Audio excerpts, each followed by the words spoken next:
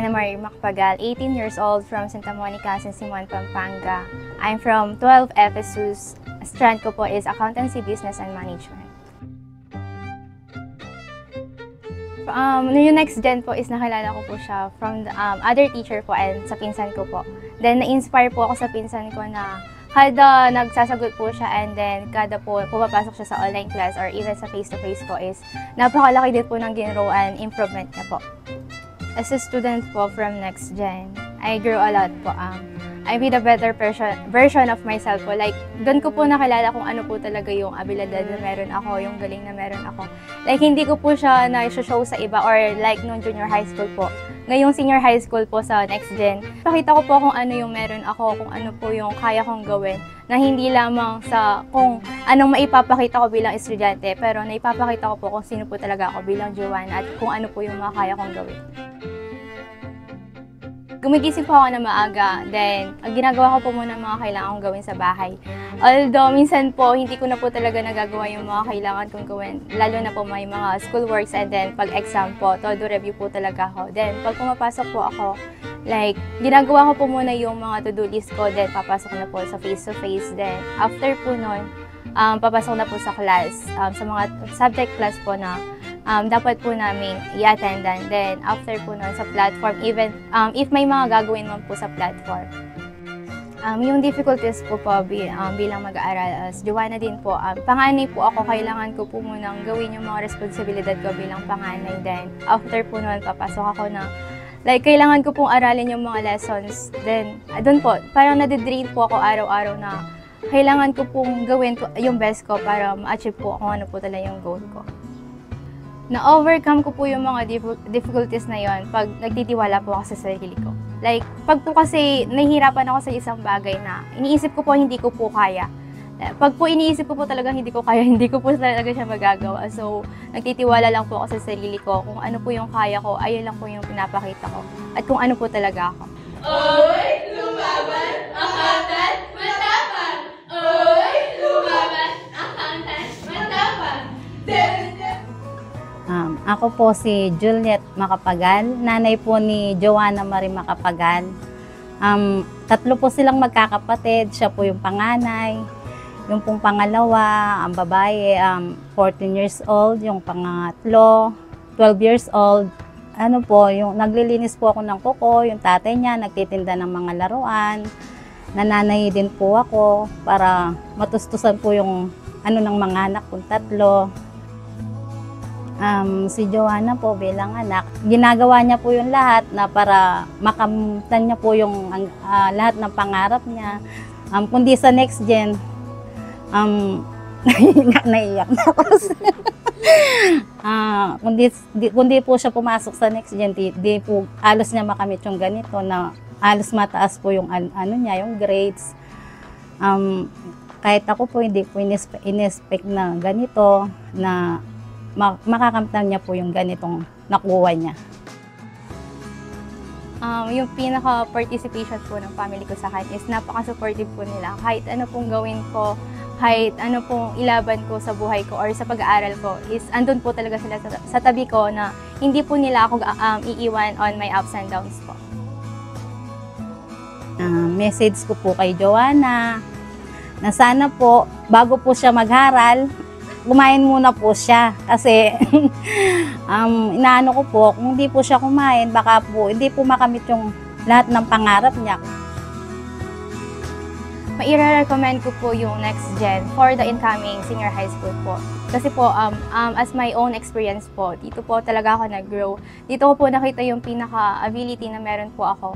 Then, sa next gen po, makikita kung ano po yung true education. Then, yung education po na yun is mapapakita nila na hindi lamang sila bilang teacher na nagtuturo, hindi lamang po sila bilang staff na nagtatrabaho doon. Makakasama mo po yung mga staff or teachers sa next gen as friend or a family member po. Yun nga ho, doon sa sinabi ko kanina, mas nano sa next gen yung pag-aaral niya. Simula po nung nakatapak po siya doon na grade 11. Halos lahat mo ng mga grades niya naging okay sa tulong po ng mga teachers ng lahat, sa mga payo rin po ng mga teachers. Sana po sa lahat ng mga parents, kung ano po, doon nyo na lang po pag-aralan yung mga anak nyo kasi maganda po talaga. Na kundi yung sa akin po, kundi po siya tumungtong doon, ngayon lang po niya nakamit na talagang sobrang taas po ng mga grades niya. Kung may mga nahihirapan man pong pumasok or may mga gusto pa pong malaman kung ano pa po yung ibang school na pwede po nila pasuhan, Next Gen is the best one po sa mga choices nyo. Then, sa Next Gen po, may mga easy way na kailangan, may mga easy way po kayong magagawa.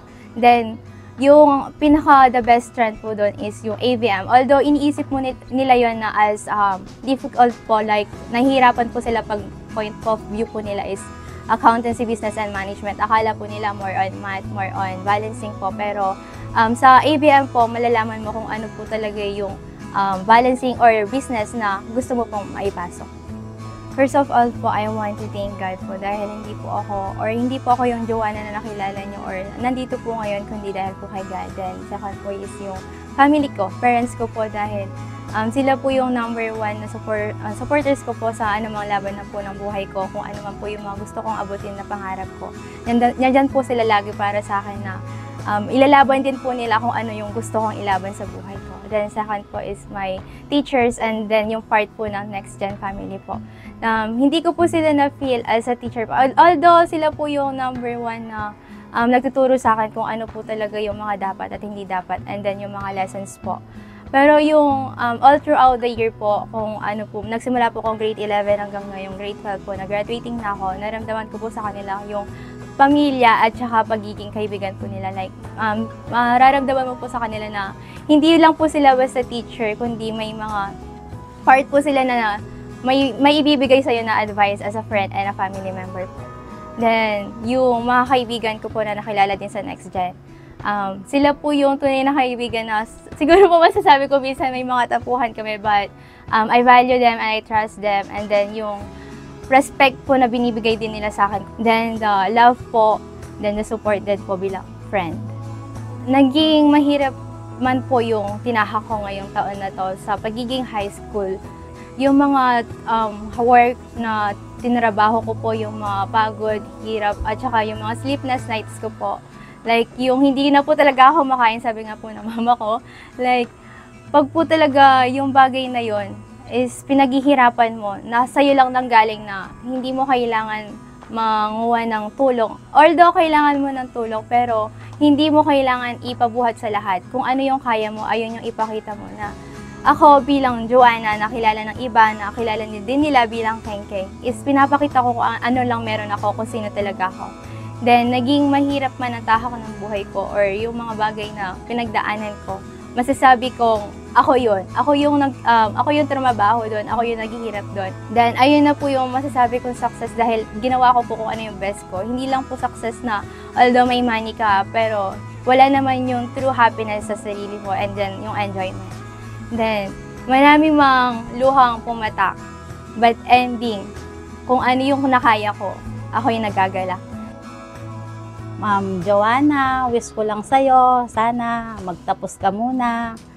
Alam ko naman yun na maabot mo yung pagtatapos mo kasi halos lahat pangarap mo ganyan para matulungan mo lang kami. Alam ko naman na nahihirapan ka rin, gusto mo na magtrabaho, kaya lang, talagang gusto mong maabot yung pangarap mo. Mahal na mahal ko po siya kahit di ko po sinasabi sa kanya. Kahit ganyan lang, Joanna, kahit di ko nasasabi sa'yo, alam mo naman, pinapayo lahat palagi kita na kahit di ko sinasabi sa'yo na mahal kita, kayong tatlo, mahal na mahal ko kayo. Alam nyo naman na kahit ano, pinapasok kong trabaho, maglilinis ng kuko, mananay, yung tatay nyo, nagtitinda ng tilapia, nagtitinda ng laruan para sa inyo. Kaya sana, bawas-bawasan yung medyo ano. Yun lang po.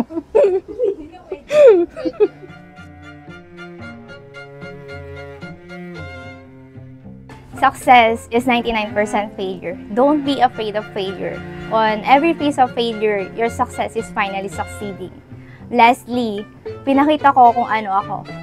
I'm be the better version of myself because of Next Gen.